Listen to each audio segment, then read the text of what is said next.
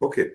So you see, we were talking about the process of collecting the requirements. And there are a number of tools to do that.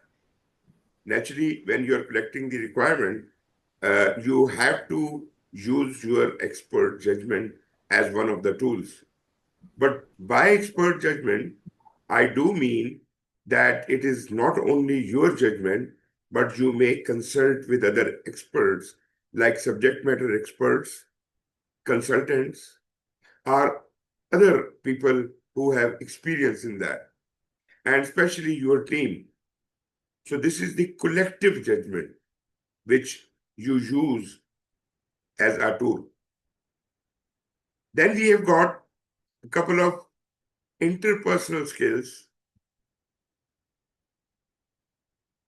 We have got a couple of interpersonal skills which are helpful in developing the requirements statement. Okay, I can see you separately as well. Very nice. Okay, right. So, uh, the interpersonal team skills could be one thing is called nominal group technique. We refer to this technique a couple of times in different slides. So, nominal group technique is a technique that enhances brainstorming with a voting process used to rank the most useful ideas for further brainstorming or for prioritization. So basically, what we are doing is that we collect ideas from the team members and then we rank those ideas with voting of the people. That way, we brainstorm and we classify our ideas in order of priority. That is called a nominal group technique. Another way of collecting requirements is to observe how the other party works.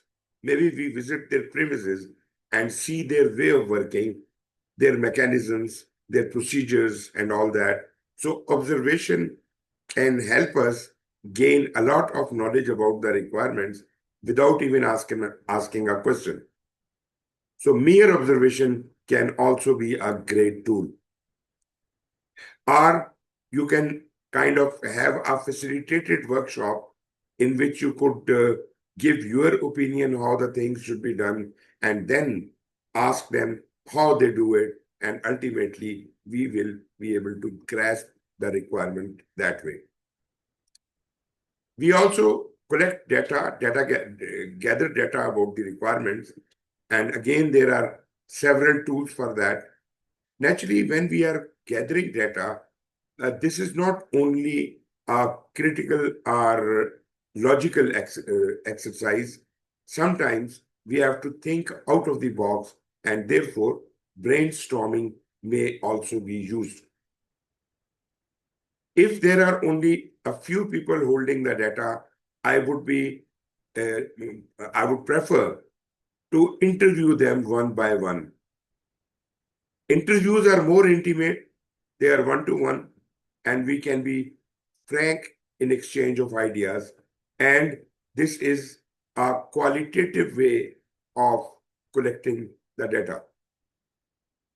Sometimes the person I am interviewing may not hold all the data, and I may have to, you know, uh, get in touch with a focus group, the experts sitting together in a meeting, and then we can discuss those things out. But naturally, focus group, where we have got a big advantage that we have got not many experts sitting in one room, and we can have, opinion from the group. The downside of this method is that people, when sitting together, they they may not share all the information openly because in presence of others, they may like to, you know, impressed by the other person's view, and they may suppress their own feelings, which is not a good thing. This is called group think. When you are sitting in a gathering, you start thinking like others, and you are not independently giving your thought. Anyways, that is something which is not good and which should be avoided. And to do that, one thing can be done, even in a focus group, that we can ask them to write down their opinion and submit anonymously. That way, nobody would know what opinion came from whom, and therefore, all opinions can be entertained. Then we have got another method which is not listed here, that is called facilitated workshops. When the audience is large enough, like maybe hundreds of people sitting in a big hall, and we want to, kind of confirm from them whether whatever requirements we have gathered, are they correct or not, or if they want to add anything to it. So what we do is, naturally, it is not going to be an open discussion. So what we have gathered, we present them to the whole audience and then ask for their opinions if we missed out on anything. Again, to avoid the group thing, we can again resort to the same method of, this is called Delphi technique, anonymously getting their opinions and then adding them to the list of requirements. If it is not possible to get in touch with all the people, because they might be located globally, they may be available virtually, or maybe, there are thousands of people and this is not possible to contact each one of them. In that case, we resort to a quantitative approach, which is circulating questionnaires and surveys through which we collect the data.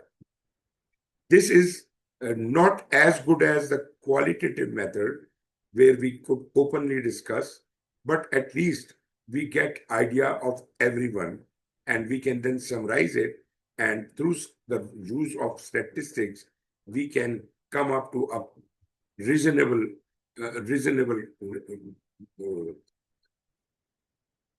amount of requirements which could be identified.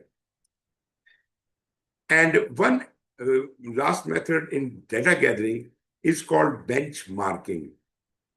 Okay, if you have understood all this, can you please let me know how do you explain benchmarking? What is benchmarking?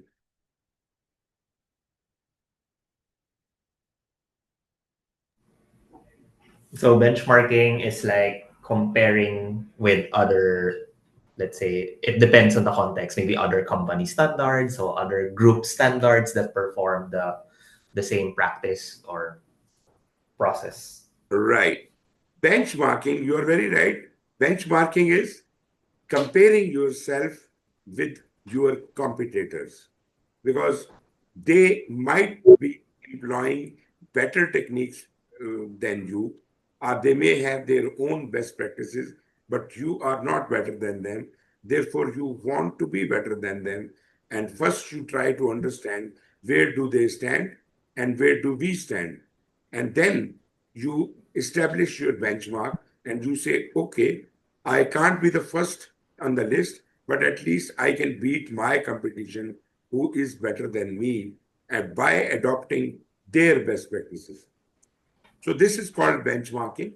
So benchmarking could also be a very interesting tool, because someone else, some other organization might be doing a similar project as we are doing, and we can learn a thing or two from them. And we can start with a little start, start with something in hand. That is as far as the data gathering is concerned. Then we have data analysis. All the data we have gathered through various means, that has to be analyzed, that has to be documented, and then we have to come up with further analysis on that.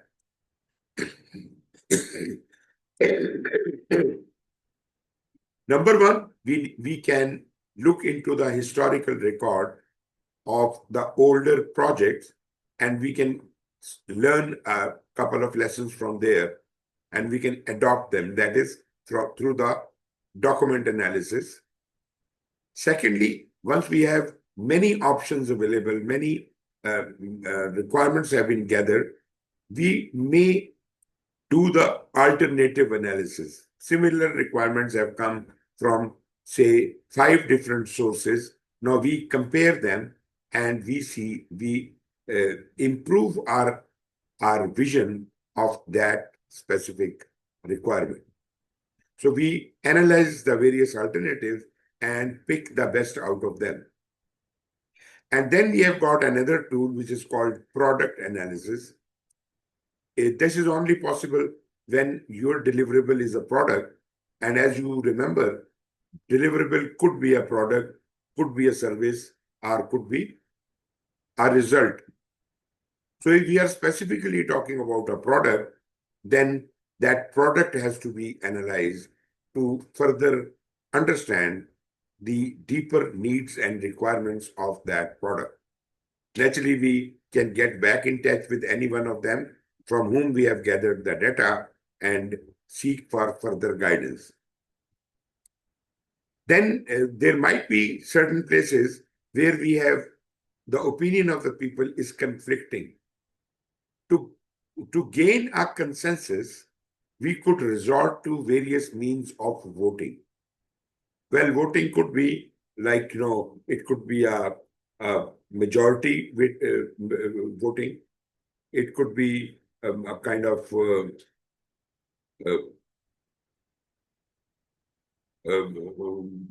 consensus kind of a thing where we all have to agree on one point, right? And there could be other means of making decisions. Another thing is that we establish a multi-criteria decision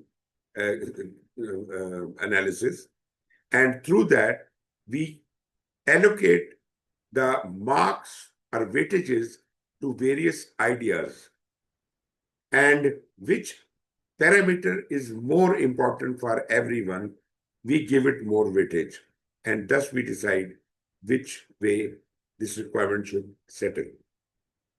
Once we have done that, we have to somehow reduce all our findings onto pieces of paper, like some diagrams, like we could create a mind map, we could create an affinity diagram, a context diagram.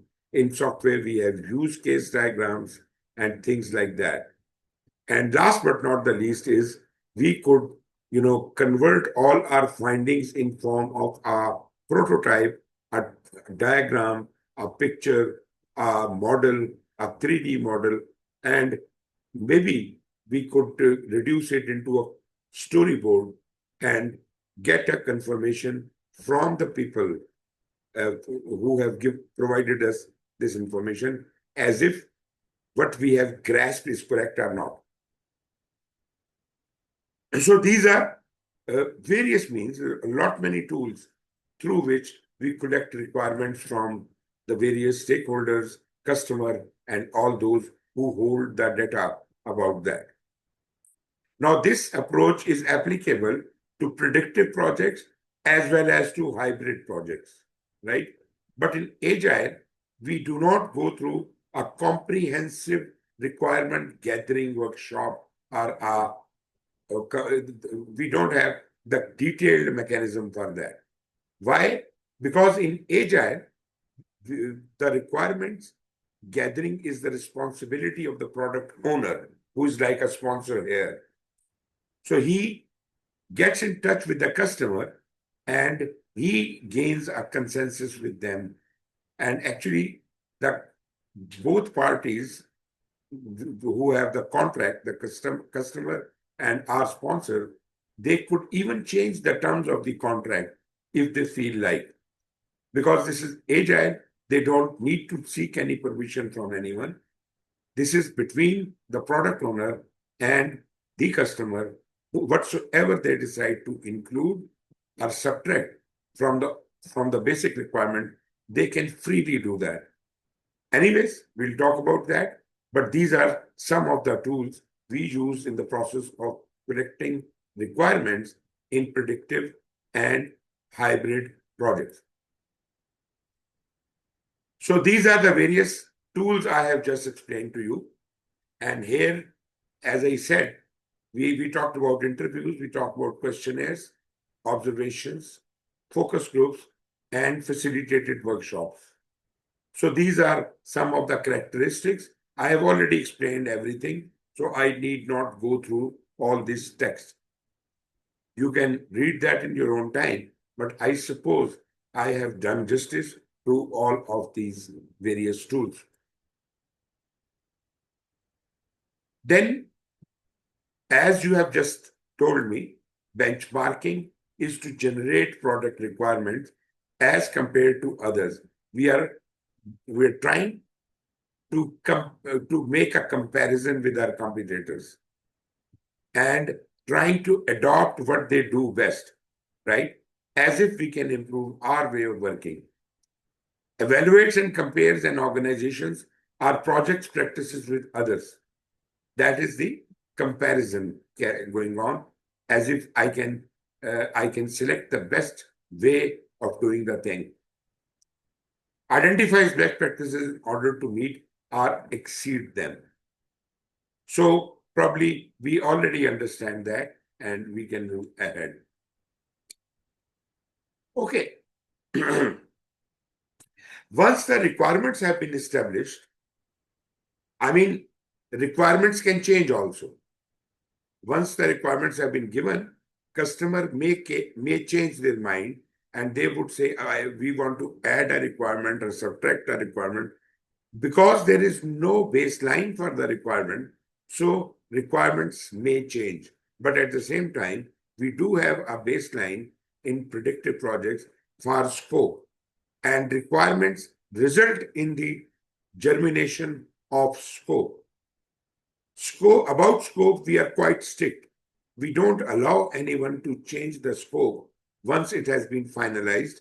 We call it, when the scope is baselined, means approved by the boss, then the team or the project manager, they have no authority to change anything. So basically, when the requirements have been finalized, now we have to extract out of them what is the scope of the product and then what is the scope of the project. I mean, we have to establish the product scope in light of the finalized requirements. Once the product scope is established, then we have to establish the scope of the project. What is the difference? Product scope is actually the finalized form of the requirement, that is what is to be produced. That is a description of what is to be produced. Once we agree on that, then we can start working towards how is it to be produced, right? All the work required, broadly, all the work required to produce the product as agreed, that work is called the project scope, right? So the difference between product scope and project scope is product scope does not talk about how to do it. It only talks about what to do, the finalized form of what to do. So it is exclusively about the product. So therefore we call it a product scope. Project scope is what to do. It is not descriptive, but at least it encompasses the approach.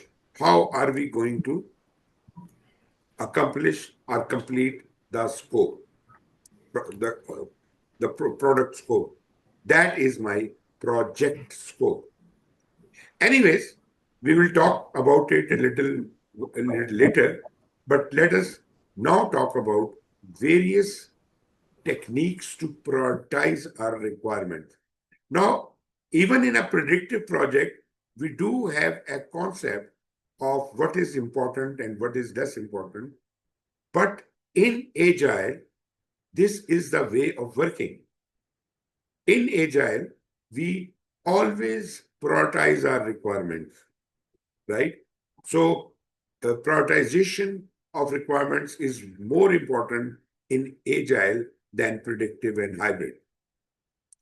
But anyways, we do agree that we we may need to prioritize even in a predictive project. So here in front of you are some methods for prioritization. One famous method is called Moscow analysis. Moscow analysis, actually you might already know it. Do you know it?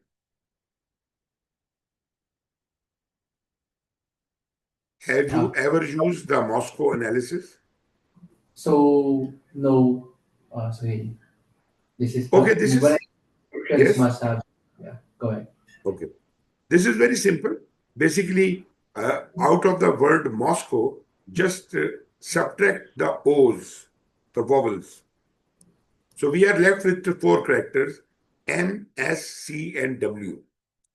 M stands for what are the must-have requirements.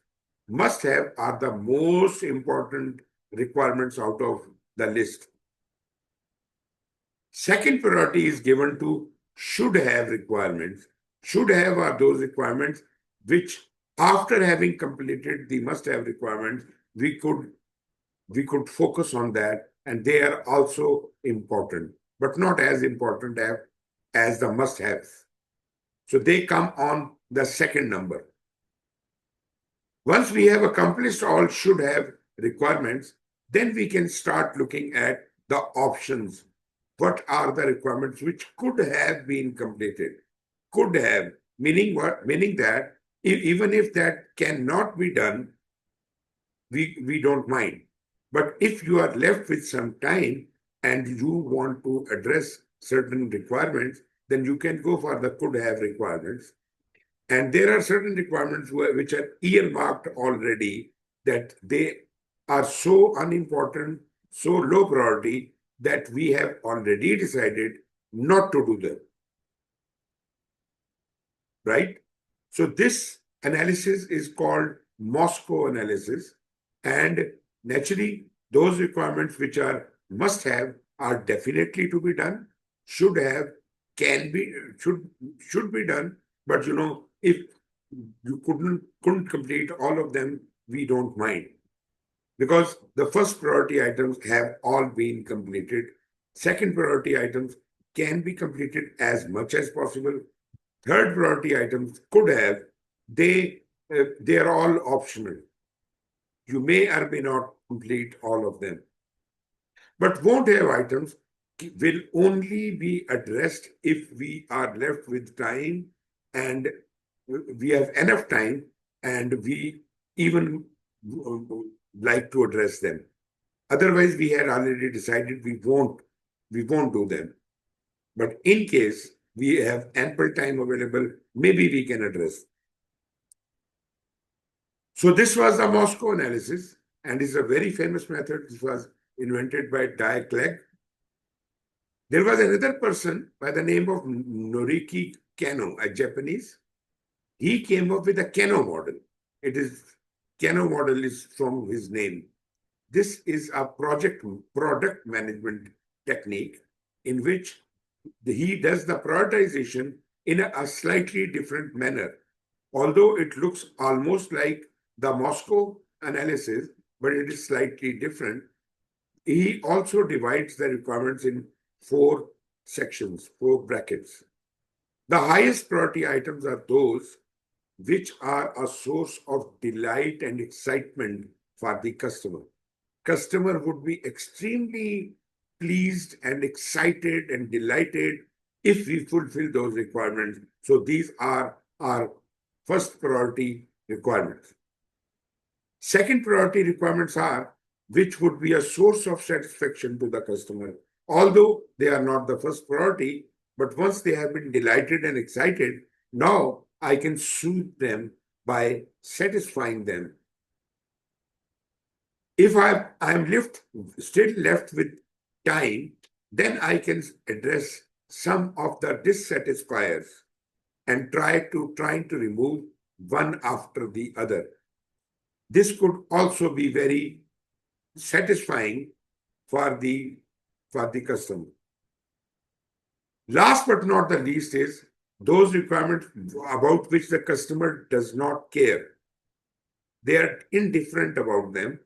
So it doesn't matter if we do them or we don't do them. But I would say if I have some time left, maybe I can address some of them in the remaining time. So you see, Moscow analysis and Kano model are very alike. Both are having 4 categories and they are according to the level of priority. Highest priority items on top and lowest priority items at the bottom. And these techniques are very much applicable to Agile also. Rather, I would say they are more applicable to Agile methods. Then we have got another method which is called paired comparison. If I've got hundreds of requirements, how can I sort them out in an order of priority in a very quick manner? How can I do that? That is very simple mechanism, and that is called paired comparison.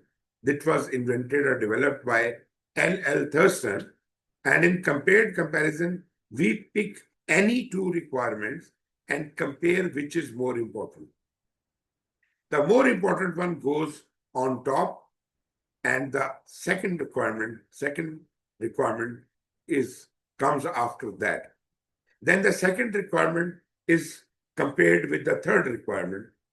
If the third requirement is more important, that goes up to number 2, and that remaining requirement will then be compared with yet another new requirement. And that way, we will compare all requirements with this one single requirement. We ultimately keep reordering our prioritization throughout. And ultimately, we would have a sequentially, sequential order of priority, in which the highest priority items is on top and lowest priority items is at the bottom of the list. This is paired comparison. Then there is yet another interesting method by Dean Liffingville and Don Widrick, and this is called 100-point method, and some people also call it monopoly money. Now, what is monopoly money? You might have played the game of Monopoly. When you start the game, all the players receive an equal amount of monopoly money. Maybe you get $500 each. And then you start playing the game, and there are properties on that game which you may buy out of your money. So you have to make judicious use of your available money to buy the most useful properties, right? That means you have just these couple of 100 points, and using those 100 points, you have to make the best of the decisions. So this is a very healthy exercise in which we know that we have to economize on our decisions. We have to make the right decisions. And this is a mechanism also for prioritizing which property is most important to us, which is most beneficial to us. So I should buy that. I should spend more money towards that property and not towards another property which is not that important to me. Similarly, all the requirements are placed somewhere and we are given 100 points. Maybe there are 50 different requirements. So if I want to, which is the requirement which is most important to me, right? So I will give it naturally maximum number of votes as if it comes first. So maybe I allocate 50 points to that requirement. Then there is yet another requirement which I think is also important. I give it, say, 30 points. That way, I've spent my 80 points and I'm left with only 20 points. And the requirements there were 50. 2 I have selected, 48 are left.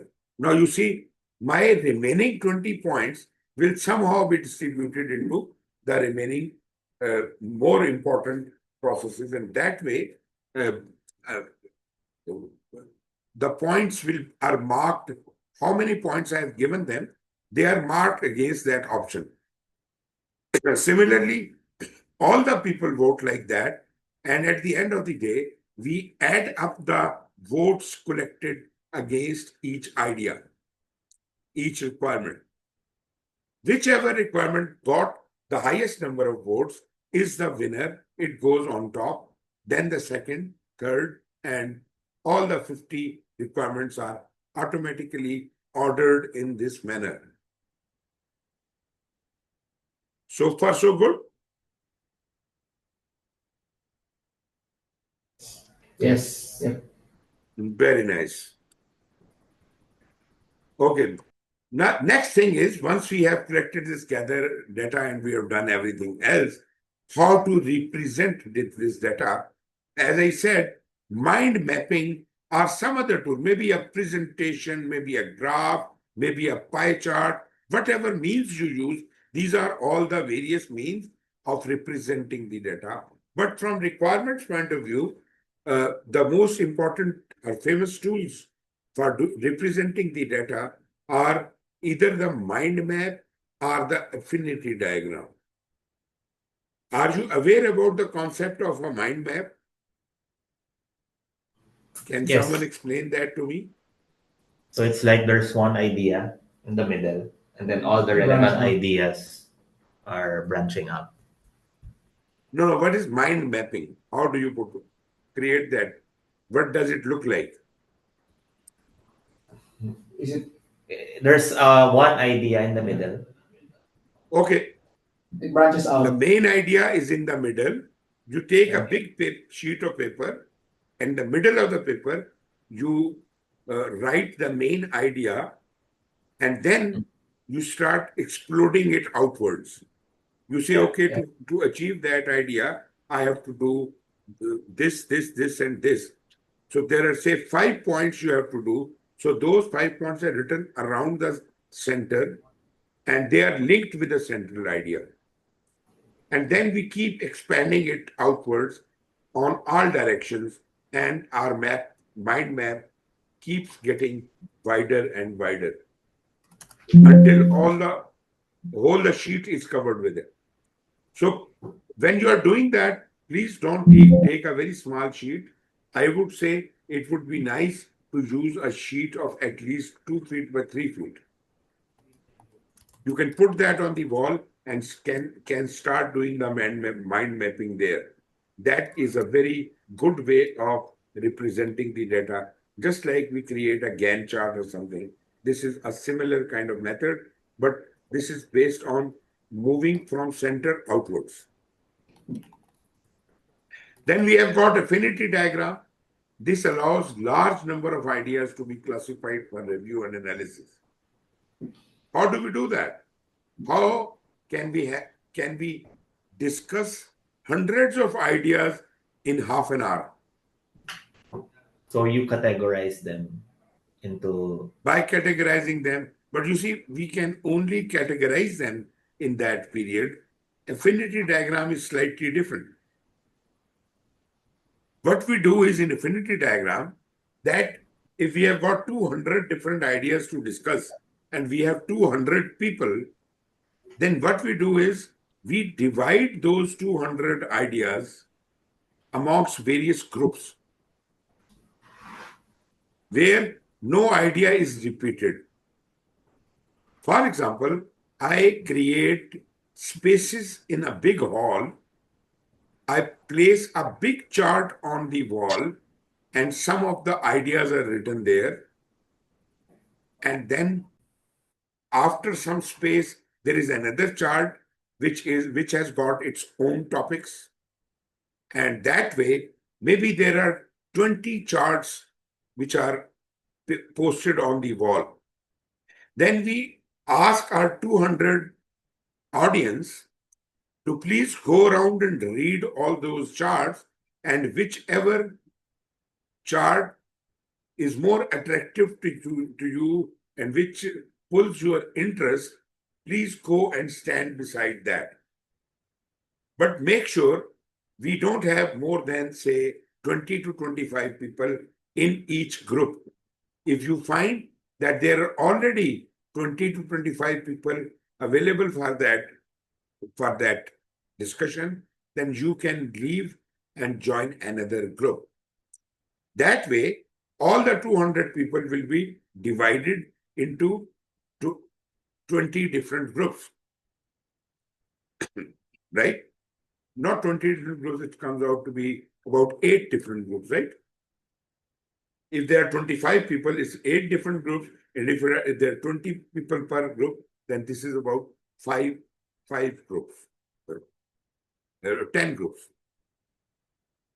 So whole of the audience has been divided into 10 different groups. Every group has different set of topics to discuss. We give them, say, 20 minutes to discuss simultaneously. All the 10 groups or 8 groups are simultaneously working on different topics, and they are discussing, and they summarize their discussion in 20 minutes. And then one person who has taken up the role of the leader of that group, that is supposed to present their finding in front of the larger audience, right? That way, all the 200 ideas have been discussed in a very short time. I mean, it takes not more than an hour in which we make the decision on each idea. And this is, I think, a very useful tool. You will seldom get an opportunity of using this kind of tool, but I had an opportunity once PMI wanted that they keep doing research and they wanted certain ideas generated from the audience. So what they did was they wrote out those ideas in a conference and gathered up around 5,000 people in that hall, big hall, and there were many charts on the walls. We had to select and group and stand beside the chart which ticks our interest, and then we had to discuss it and present it. At the end of the day, all that various ideas which were there, all were discussed and summarized. And PMI published a report on that, which could have taken months to conclude. That was done in just 1 hour. Anyways, these are various representation techniques. What is a context diagram? This is a very simple diagram. Whatever initiative you are taking on in your project, for example, you are to start a university. You will find out who are the different players who will interact with you. What are the different various bodies which are supposed to be interacting with the university, and what do they want from the university, and what does the university give them? So like government and private sector, we request for funding, and they provide us the funding. Then we have the education community and the industry. They request for educational services, and university provides the education services. Then there are user communities. They request for hardware, software, and support, and university provides them hardware, software, and support. So there is nothing tricky in this diagram. We are just establishing a context in which our project is being done. Who are the main bodies we are interacting, and what are our interests? What is the give and take happening between all those major players. So this is called a context diagram. Prototype I have already explained to you. It could be a summarization of an idea. It could be a diagram. It could be a 2D or 3D model. Howsoever you can define it, but people use another tool which is called storyboarding. Do you understand what is storyboarding? Those of you who are in marketing, they would know that storyboards are created for every campaign they have to launch. Storyboard is like a prototype. This is before launching a marketing campaign. This is a dummy campaign which is created on paper. This is just like a cartoon strip in a newspaper in which there are a couple of photographs or cartoons printed in a series in which various characters are talking to each other with bubbles on their head. The talk bubble on their head, and this cartoon strip is a meaningful strip. This carries some message.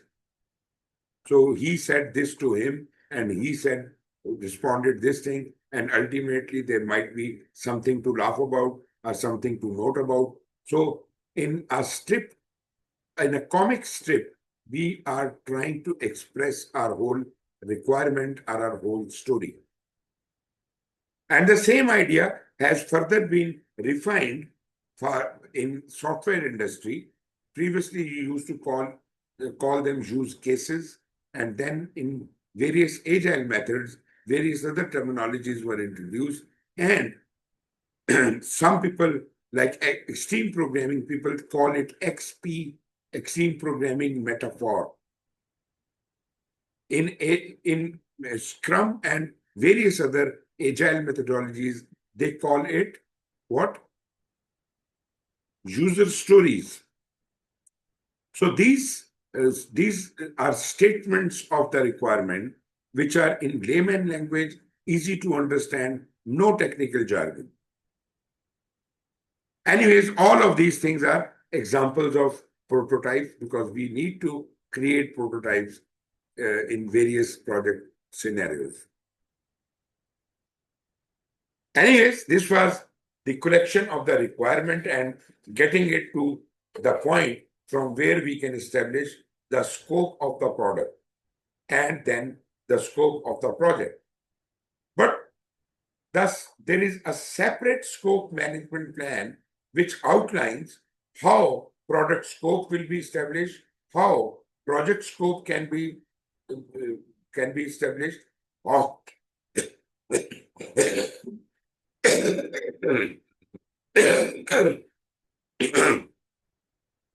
how are we going to develop a scope statement, break it down into work breakdown structure, and ultimately finalize our scope baseline? How the formal acceptance can be acquired from the higher level management on that scope baseline.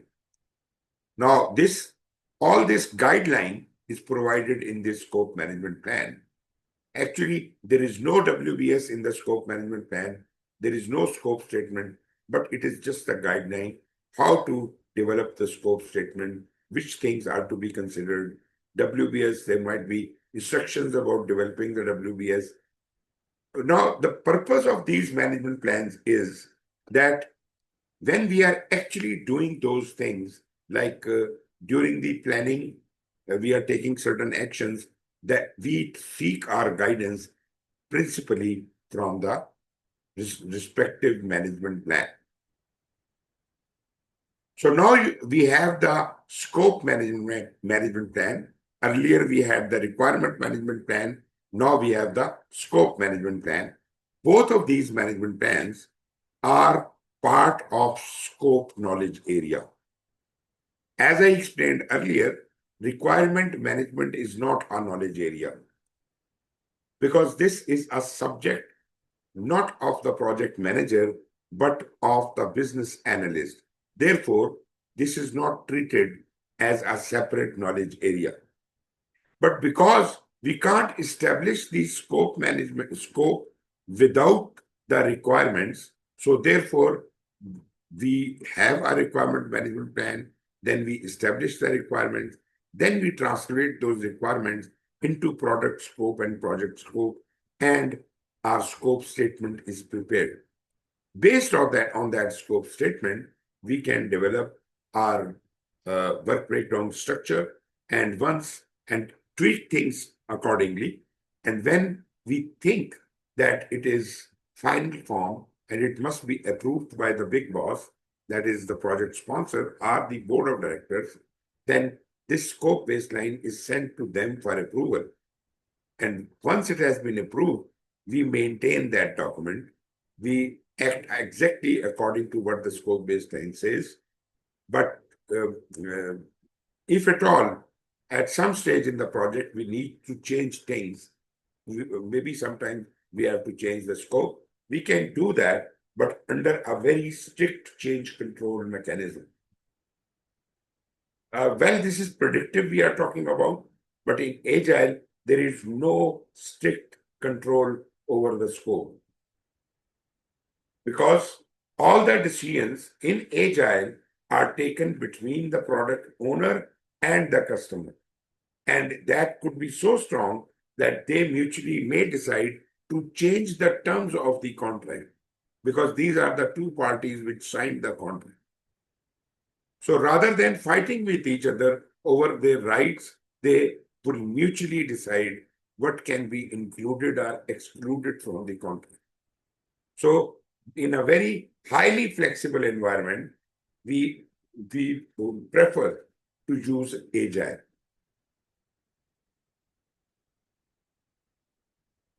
Okay, after we have developed the scope management plan, the first thing we need to do is to establish the product and project scope, establish the acceptance criteria for the whole project. That I'm talking from the perspective of predictive project. We should specify any required deliverables which are expected to come out of it. We should clearly outline what is in scope and what is out of scope. And if we know of any constraints or assumptions, we can list them down. With this information, the scope statement is now ready. Once the scope statement has been completed, the next natural step for us to go for work breakdown structure.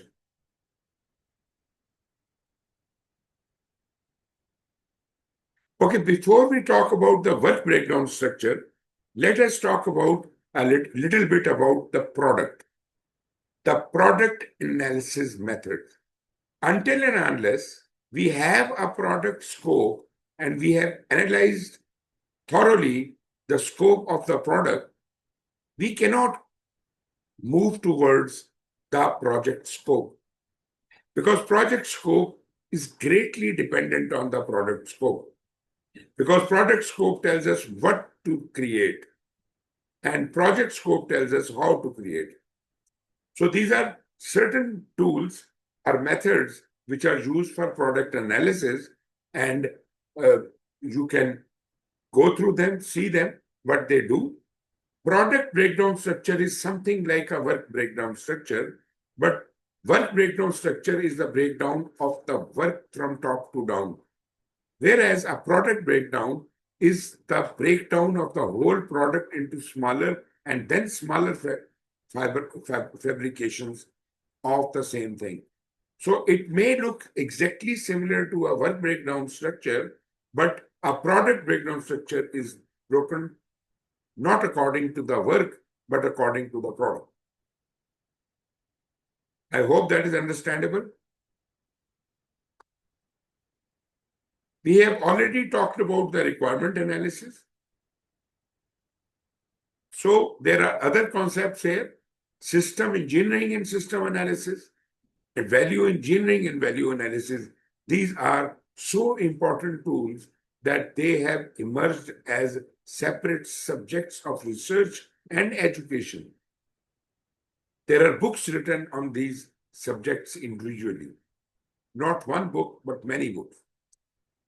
As far as system engineering is concerned, we are talking about how complex this system is. And to judge the complexity of a system, we have to see how many, parts are there, how many components are there in this system. If the number of components is too high, that means the system is complex. Or the other reason could be maybe the number of components are not that high, but every component wants to talk to every other component. This is a unique situation, and this makes the whole thing more complicated. So this is the system engineering, the art of doing this, finding out the level of complexity. And system analysis is a study. It studies a product or service to identify its goals, purposes, and create that system procedure to achieve them efficiently. System analysis is a very famous topic even in software industry. Then is the value engineering or value analysis. You remember, every project is actually going to realize some benefits, which will deliver value to the organization. So in an organization, how do we manage value engineering? How can we keep the people focused on specific achievement of values? And then the analysis through which we judge how much value have been achieved is called the value analysis.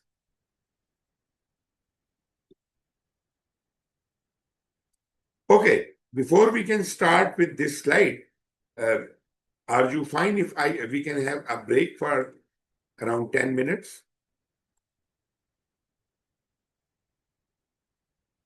Yes. Yes. Okay, then we have a break for next 10 minutes, and I'll see you back after 10 minutes. See you after 10 minutes.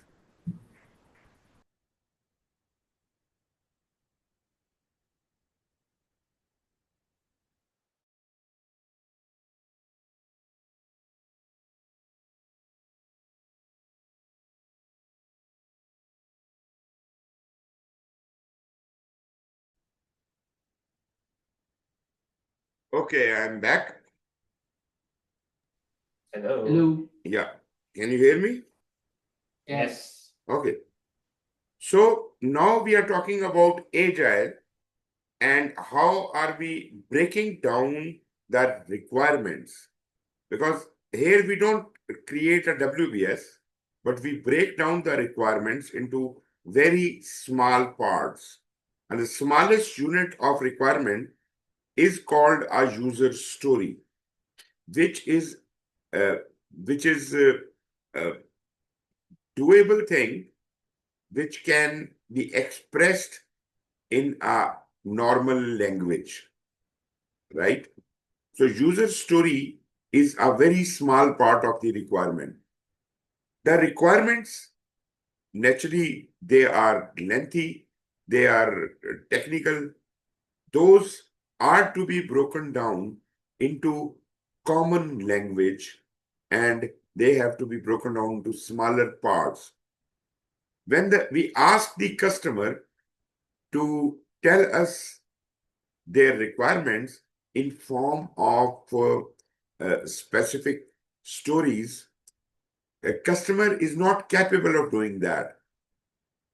So what customer does, basically what we want is that each feature they want us to accomplish must be referred to as a separate user story.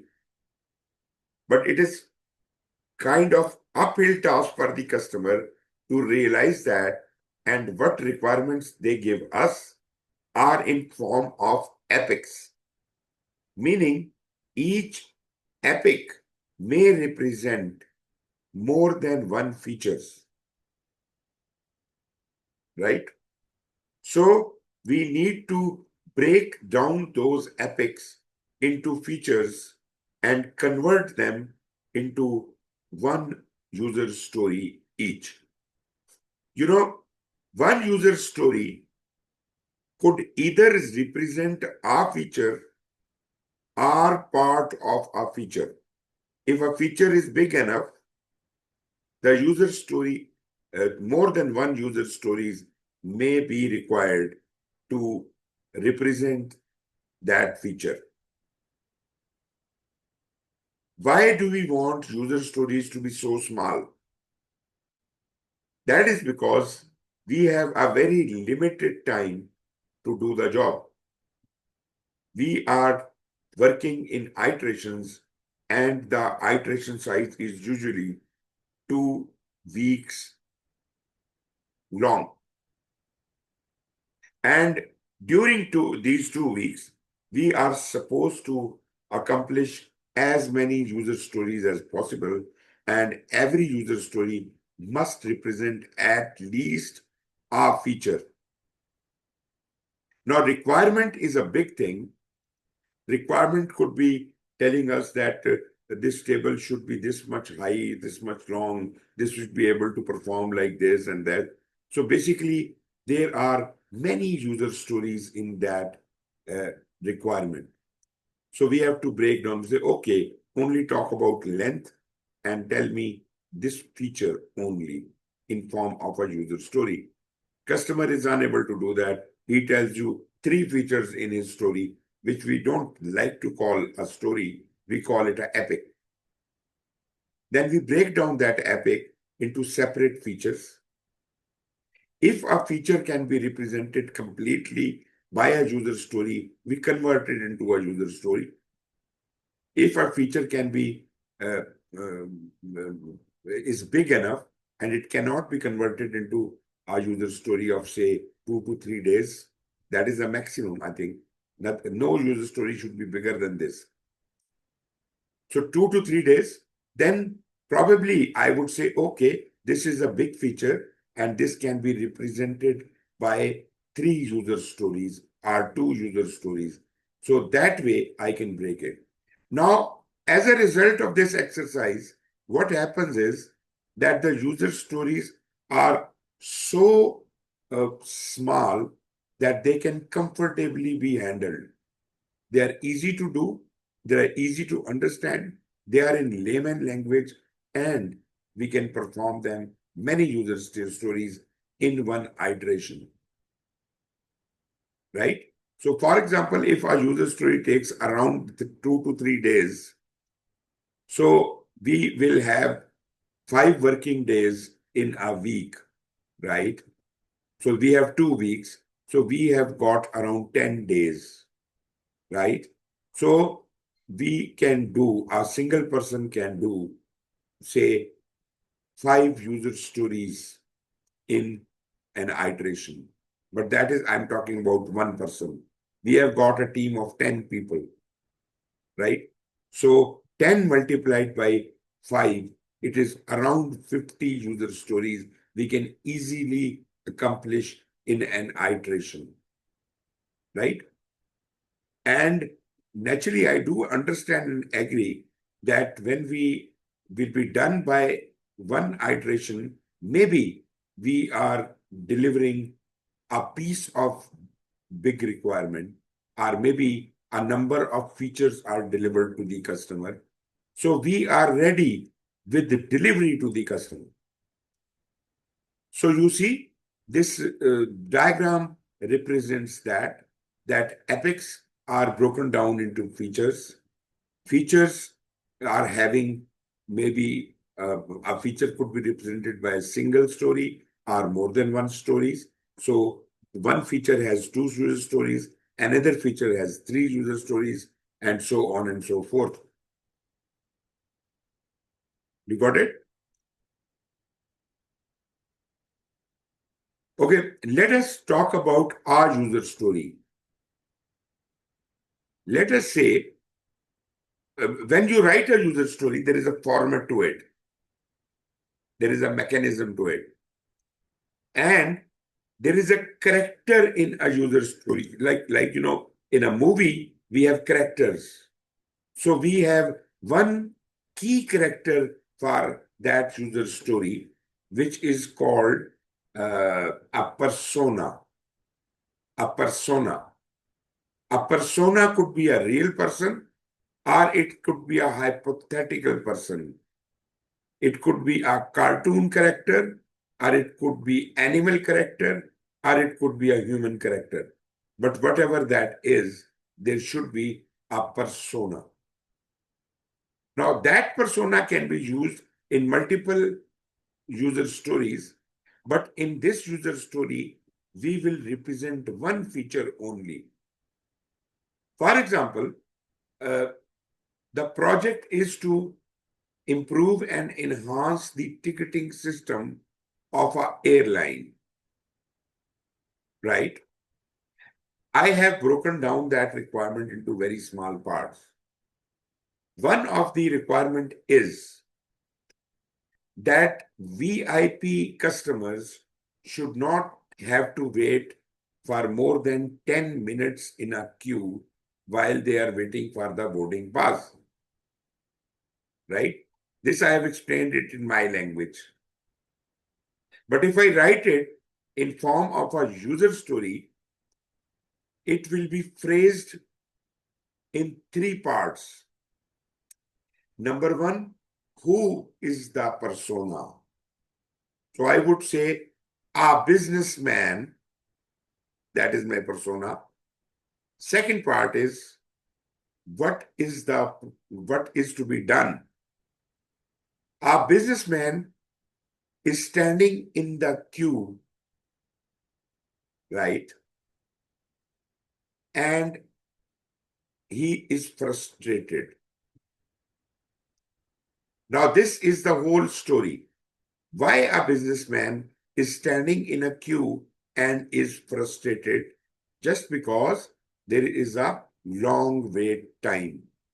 And businessman has no time for that. First of all, let's talk about the solutions. This is the problem I'm telling you. The user story was a businessman do not have to wait longer than 10 minutes waiting for the boarding pass. And what is the benefit of that? That is at the last part of your user story, as if he can board the flight well in time. So this is the whole user story. One big sentence starting with a persona, giving the problem, and ultimately giving the advantage of this problem being resolved. Right? Now, considering that, can you create a persona of a businessman? Just like you write a user story on cards, there are cards. Every card has one user story on it. There could be small cards like this, like posted cards are little bigger than that. You can write the user story on those cards. Similarly, there might be many characters in the story, many personas in the story. Each persona is described separately on a bigger card. It could even have a photograph or the picture of that persona and some characteristics of that persona, how that person is dressed, what he wants. I mean, generally about the persona. So if you want to refer to who this person is, which is referred in the user story, you can go to the persona cards and pull out his or her card and read it through. It would say maybe this person is a businessman dealing with some kind of big business, and he has 2 children and they are school going, and he has a wife, things like that. This is kind of hypothetical story which is created about the persona, or it could be a real story. Why we need that? Because we are going to be using that persona in some of the user stories. And there are different personas for different purposes. Maybe this is one requirement for the business class, but there is another requirement for the economy class. So the persona would be different, and his requirement will be different, and the solution will be different. So that's why we will have many user stories, and we will accomplish them through our agile project iterations.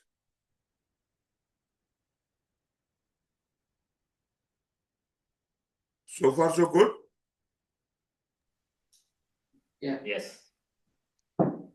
Okay, let us assume that we have got hundreds of user stories we have received so far. Who has received? Product owner is the custodian of the product backlog. Every new user story which is received by the product owner is placed into the product backlog, right? And the desire is that these stories must be ordered in the order of priority, of importance. They have to be done, right? So once these user stories are received, product owner naturally, with the help of the project team or the Scrum team or Agile team, when they're not doing anything else, they are helping the product owner to prioritize and refine the backlog. Initially, the backlog is random. Then they do certain exercise by which they can somehow prioritize, like using the Moscow analysis or Kano model or something else, whatever the method they use, but they are able to prioritize the items in the backlog so that the highest priority items come on the top and the lowest priority items goes at the bottom, right? So who helps the product owner in refining and prioritizing this backlog is basically the team.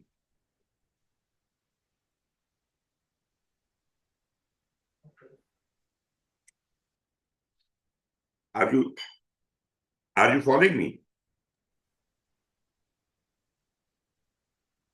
Yeah. So the team. is the Am I audible? responsibility. Are you following me? Yes. Yes. Okay. So now you understand that when the requirements were being received, they were being randomly dropped into the product backlog. Later, product owner along with his team, they had ordered them in order of priority. And this process of ordering them in priority is called prioritization or refinement of product backlog, right? Once that has been done, now we are confident that the backlog is in proper order. So product owners asks the team to choose the work they want to do in their first iteration.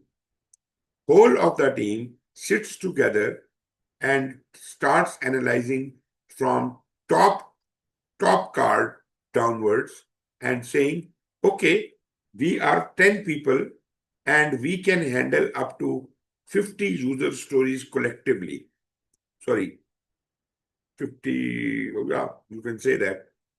But this is one way of doing it. The second thing is, you see, all user stories are not equal. Some user stories are more complex, some are easier to do.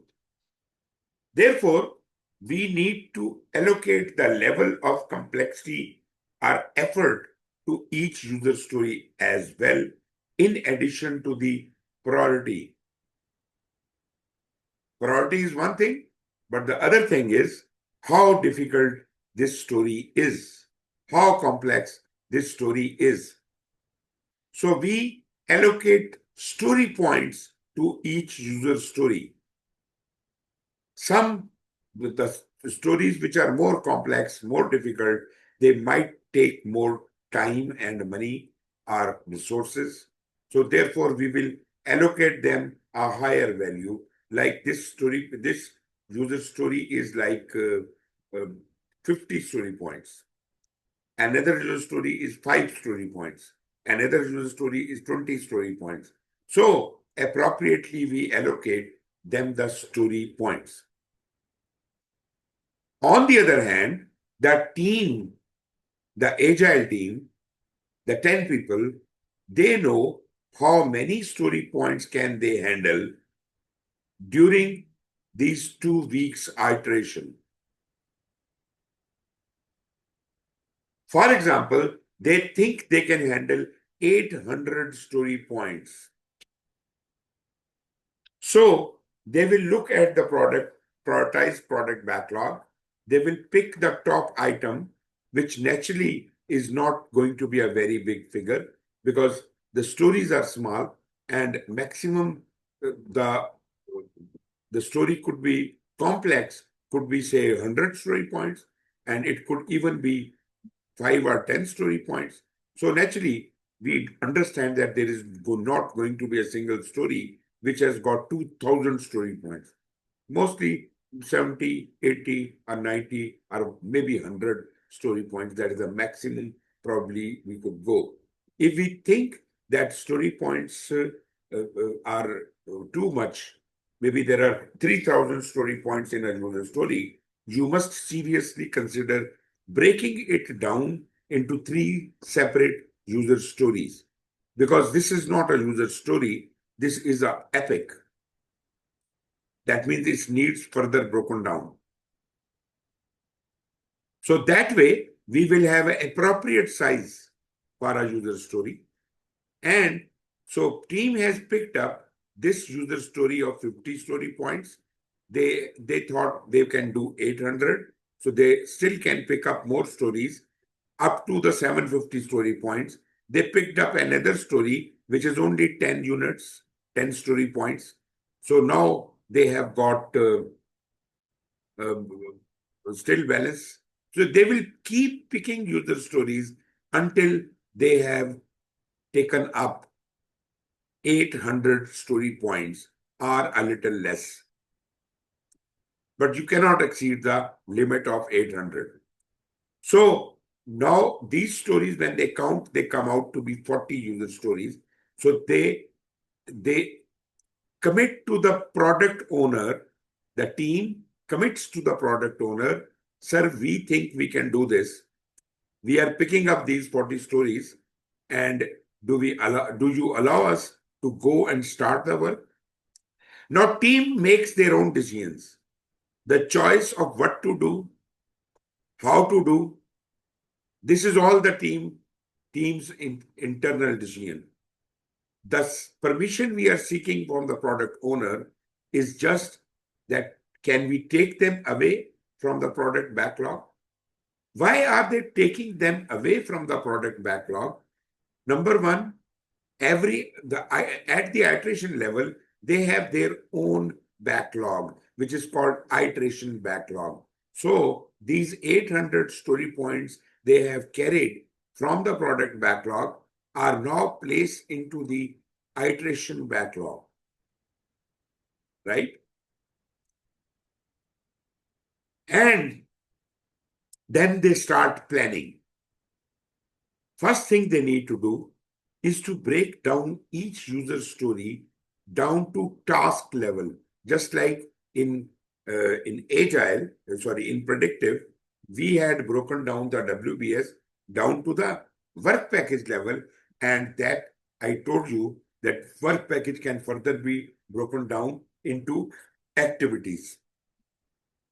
Here what we are doing is we are breaking it down to they were in the shape of user stories. Now the team is breaking it down to the task level. And then they plan the task, then they do the task, they deliver those user stories to the customer and they approve it. and that's how their iteration would be complete. After 2 weeks, they will go back to the product backlog. With new requirements which have been added during that period, they will kind of refine them, prioritize them, and once that is done, then they pick up another batch of user stories and commit to that in the next iteration. And that is how slowly and steadily they will keep picking work and keep doing it, and ultimately the whole project will stand done. Right? So this is the process of prioritizing and refining the product backlog. How many types of backlogs are there? We have a product backlog. We could have a release backlog, or we could have a sprint or iteration backlog. Are you clear about this? Yes. Okay, armed with this knowledge, let us ask some questions. Which two well, I am referring to the Shoppe Lifestyle Center. This question relates to that. This guy standing here is the project manager, Ang Fen. And this project is named as Shoppe Lifestyle Center. So now answer the question, which two stakeholders perform project scope planning? Remember, this project is a hybrid project. This is not purely agile. This is not purely predictive. So use your ingenuity and tell me which two stakeholders perform project scope planning. Ang Fen, the project manager, Helen Gray, the product owner, Eugene Loy, the project sponsor, are the project team. Who is going to do it?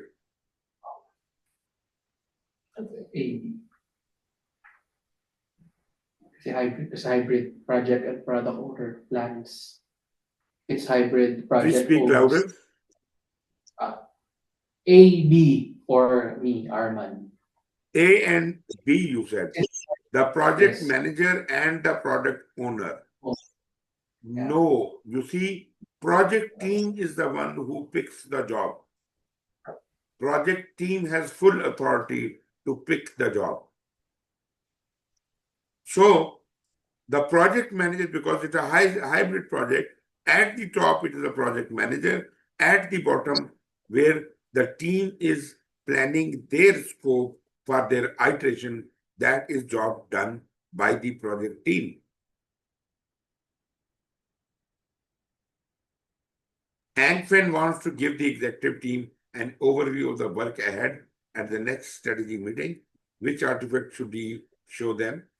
Is it a scope management plan, product or roadmap, scope statement, or work breakdown structure?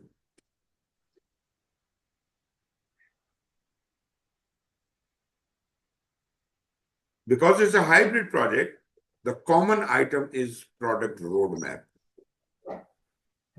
Okay. Okay. The project manager informs the project sponsor that the project management plan will continuously increase in the level of detail. I think we did this question, didn't we?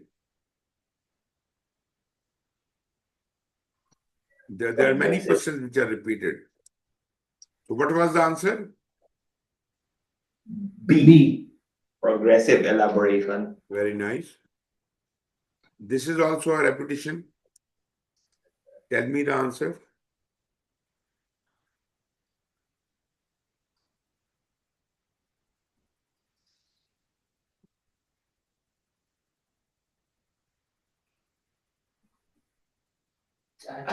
A. A. Product roadmap. A, good. What about this? No options. Master project. Certain set of users might use how they might use product.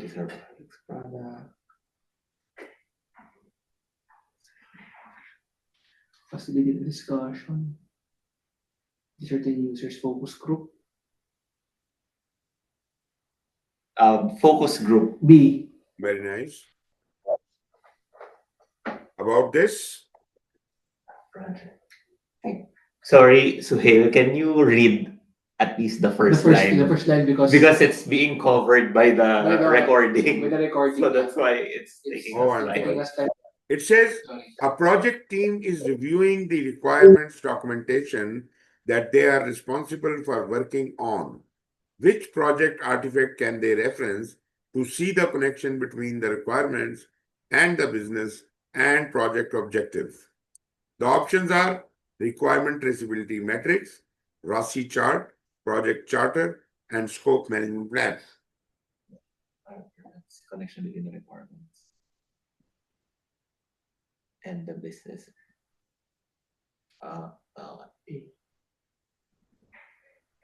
A. A. Right. In which of the following situation would brainstorming be an appropriate technique?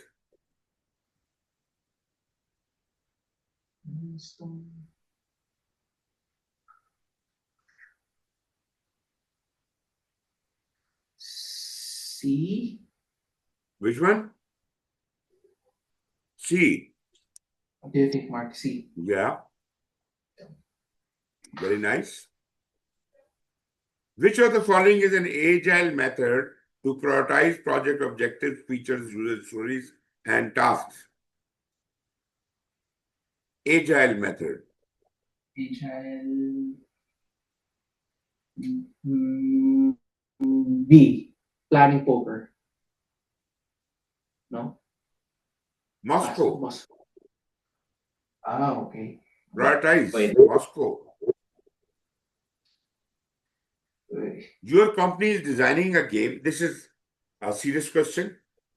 Your company is designing a game for families. They test whether the game is easy enough for children by creating a prototype and then establishing their test criteria.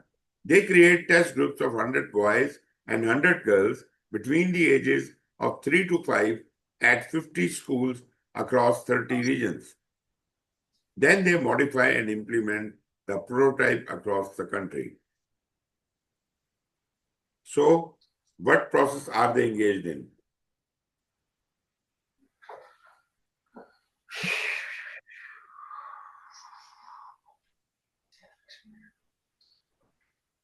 Sampling?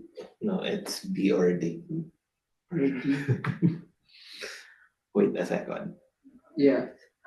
The prototype. Oh, they implement across the country after. Okay. Yes, something. C. C. T. What is the purpose of decomposing the project work within the hierarchical WBS structure? C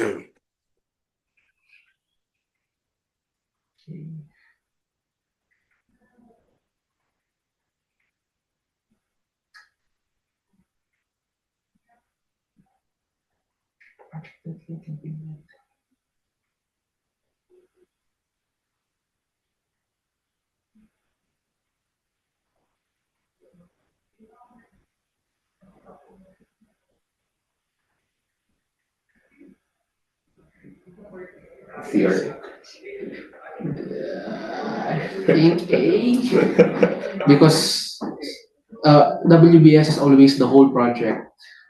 So, about potential functions. I don't know. So For which me, one is your option?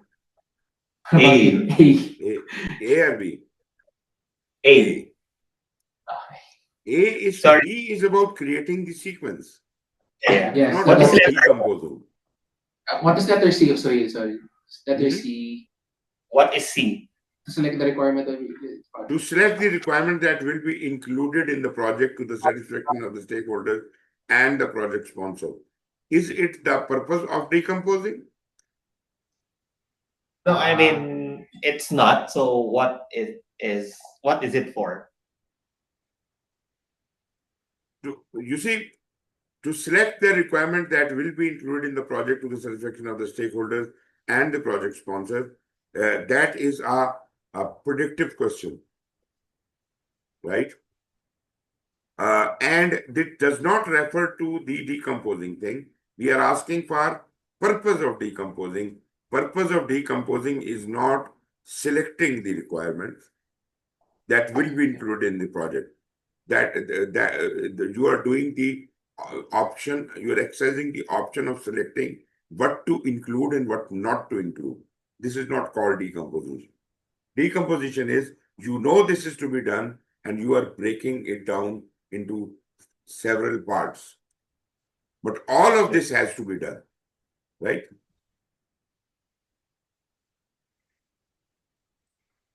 Our business is anxious to get a portion of the project's creations out into the marketplace to get end user feedback and impressions before the entire product is finished.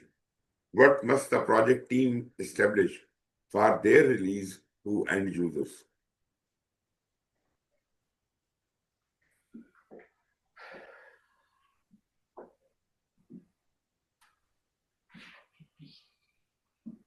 MVP, feedback. Hmm? Discovery. MVP, A. A, yes. Okay, we are done with this portion and we can again have a break and then I will introduce schedule to you. Okay. Hi, hello. Hello. Can you hear Okay. us? Can you? In this chapter, in this lesson, we had covered the planning, integration planning. We have covered the scope in quite a bit of detail. We talked about requirements, we talked about scope, both from the angle of the predictive as well as agile project. Now we are entering into another interesting area, which is schedule. We are left with about 15 minutes. I will just be able to introduce a little bit about it and then we can close. In schedule, naturally, we can do things differently in predictive and agile because the way of working is different. In predictive, project manager is in charge. Project manager decides everything. So, project manager is supposed to ensure that the work packages which were created by the scope, they are further broken down by the team into required level of activities. So that means work packages needed to be further broken down. But work packages were considered as the smallest unit of the WBS. Why? Because the progress of the project will be monitored according to the work packages, not the activities. Now, for example, work package is construction of a wall, right? In the construction of wall, there can be tens of jobs to be done, tens of activities to be done. But progress will be measured how much of the wall has been constructed. So we will break down the work packages another level, and that is to the level of the required activity. Then the interesting part starts. We will establish the relationship, the dependency, and the precedence amongst those activities, as if we can have a sequence of activities. And remember, sequence is very important in predictive project.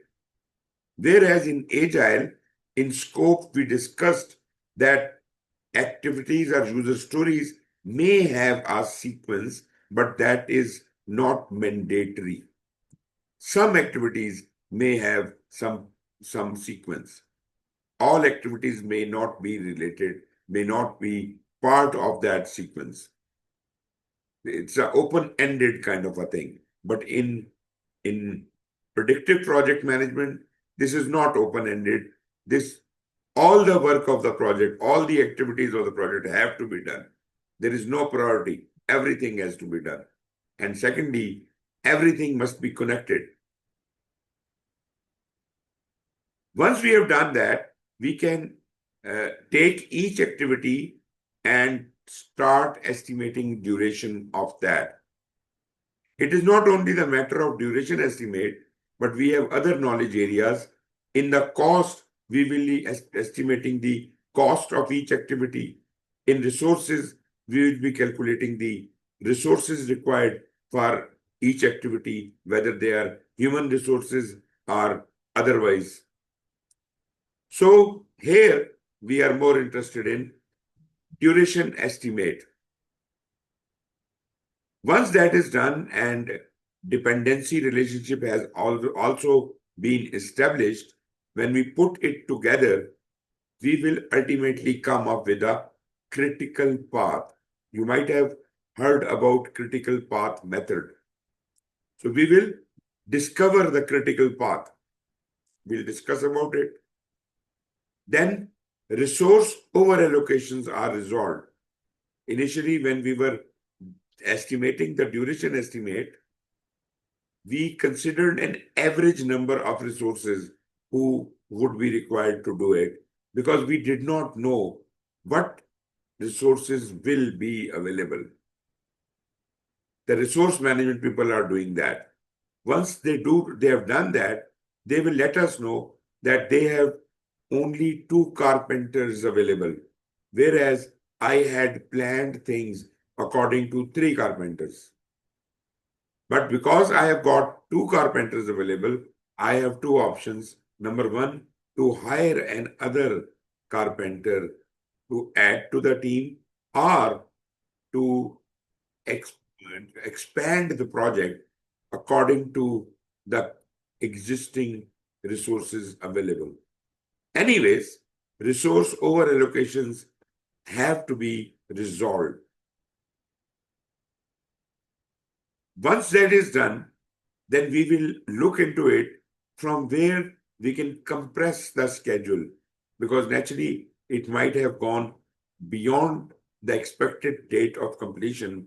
So how can we compress the schedule as if to meet the specific constraint? So this is the job of the project manager in predictive. In agile, there is no project manager. There is a team lead, but that also is a servant leader, is a facilitator. All the authority to decide what to do, how to do, and when to do is by the project team mutually. It is a self-organizing team. So project team uses either a time box cadences or a continuous flow method.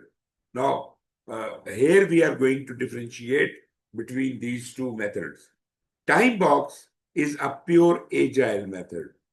Continuous flow is a pure lean method. Now, we do understand and agree that agile and lean practices can coexist. But here we are talking about 2 different methods. One is focused on the time boxing, other is focused on the continuous flow method. Then the project team adopts release time frame. For the first iteration, they have to look at the first release, how we intend going ahead with that. Then we prioritize, estimate, and decompose user stories into tasks and determines iteration velocity. So essentially, we work with the product owner, the team works with the product owner to refine the backlog after each iteration and plan the next. So this is the normal way the team will work with the product owner. So now I have given you the opposite view between predictive and agile, and now you know how we go about it generically. Naturally, the first document we create is a schedule management plan. Again, as I said before, the management plan provides us the guidelines coming from the organization. So it describes how activities will be defined and progressively elaborated, identifies scheduling method and scheduling tool used, determines schedule format, establishes criteria for developing and controlling the schedule. And this schedule management plan can be tailored to for use in any type of project. Defines the maintenance process for updating status and reports project progress in the schedule model during execution.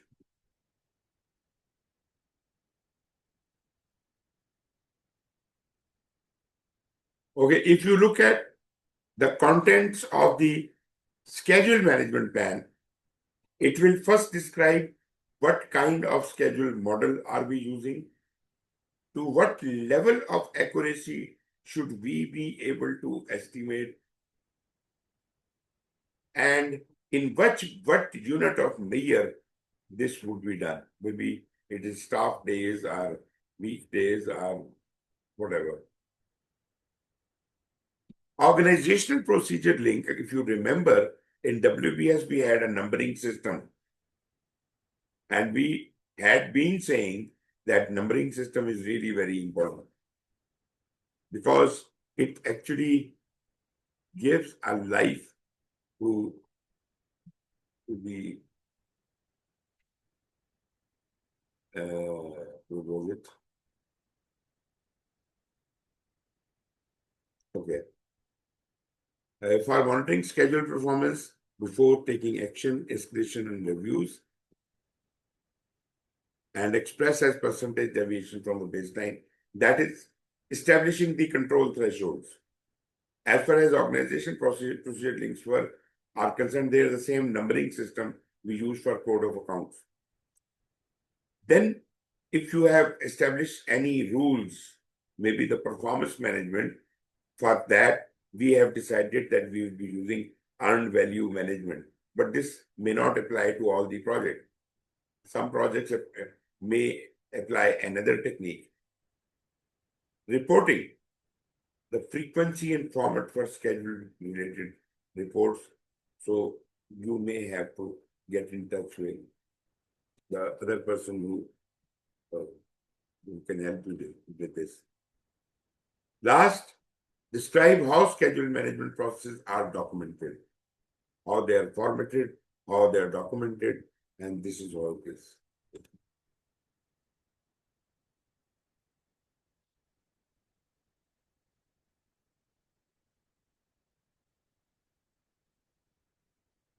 Okay, start with benchmarks and historical data. Naturally, when we start the scheduling, we have to look back at the data we hold. So first of all, we have the historical data from the previous project. And second method for doing it is we must compare our experts with the manufacturing company or the company which is managing the whole show. So we have to do that starting point for estimation during detailed analysis. Assesses the feasibility in initial stage of the scheduling. So the initial stage is always, it should have been always feasible.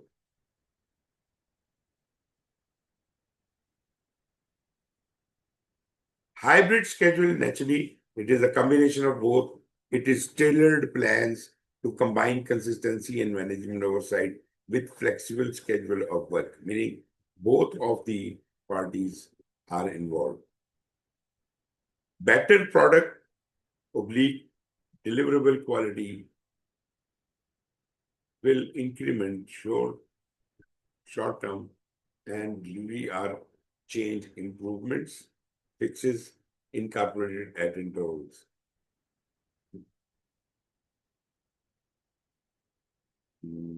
Okay.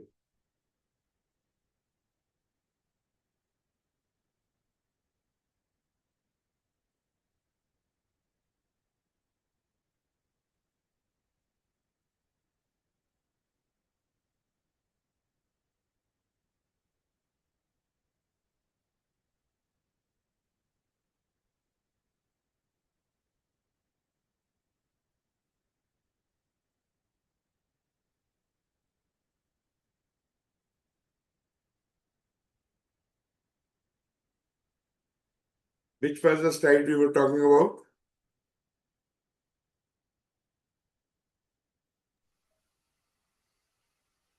Sorry, Suhail? Can you repeat? Yeah, can you repeat? Which was the slide I was on?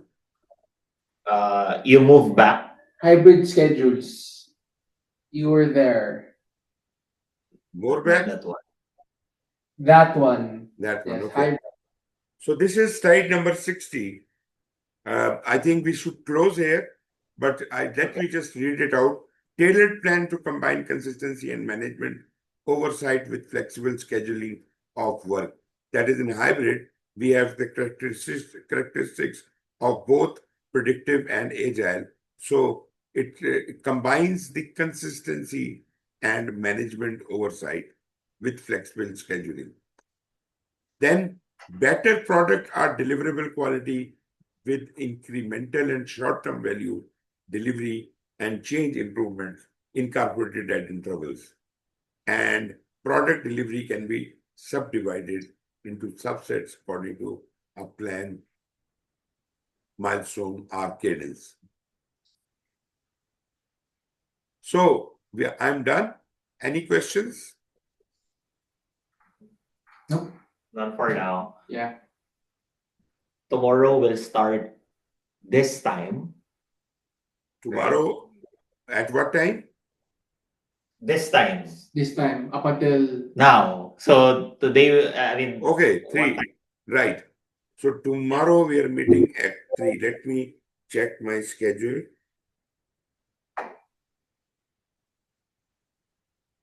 You said you're not free earlier. yes, that's why we moved it to later. Yeah. When we had the discussion. Yeah, exactly. You are right. Tomorrow we'll be starting at this time, and that will go on till 3 hours. That is fine. So tomorrow we are not meeting at the usual time. Tomorrow we'll meeting at this time. Yes, correct. So thank you very much for your company, and see you tomorrow again at this time. Thank you and take care. Thank you. Suhail. Bye.